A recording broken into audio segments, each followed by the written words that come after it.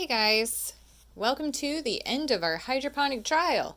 I'm going to rush you back through transplant day on the 16th of September where all of our plants were basically too tiny to even really see, and we are going to flash forward to the 20th of October, which is the end of this trial date because, well, the lettuce was ready sooner than I expected. By the way, that parsley is 71 days old. I can't do math to save my life sometimes. Whereas, yes, our lettuce and our chard are both only 50 days old since they were seeded. As you can see, we lost some chard. That's a super uneven row next to that lettuce. We kept all our lettuce and all of our parsley. There are 22 of each of those, half of the chard. It is what it is. These things happen. It got hot. And here we are at the beginning of the hydroponic trial. You can see our little baby plants, or, well, little babies. Here they are 15 days after being transplanted into the system.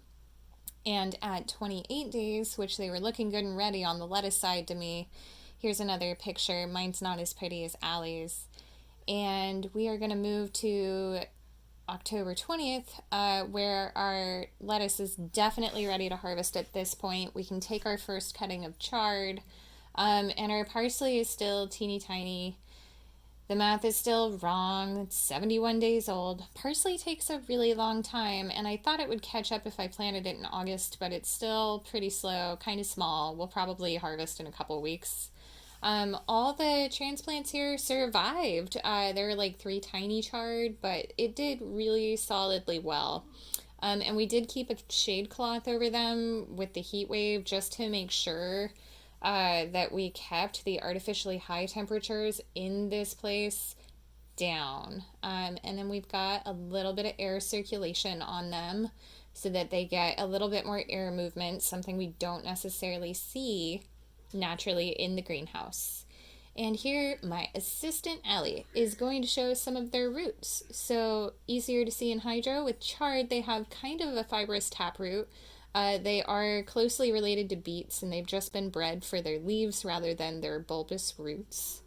For parsley, it's hard to tell because it's still technically young. These are taprooted plants, so it should be interesting to see how they do in this system.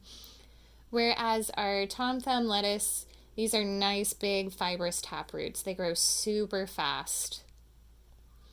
And we did end up seeing a little bit of botrytis on the end day of the trial.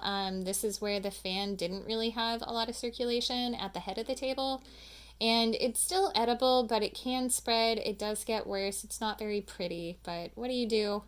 And as you can see, when we harvested, we just pulled off the leaves and their stems are crazy long. They're getting ready to flower, so they were ready.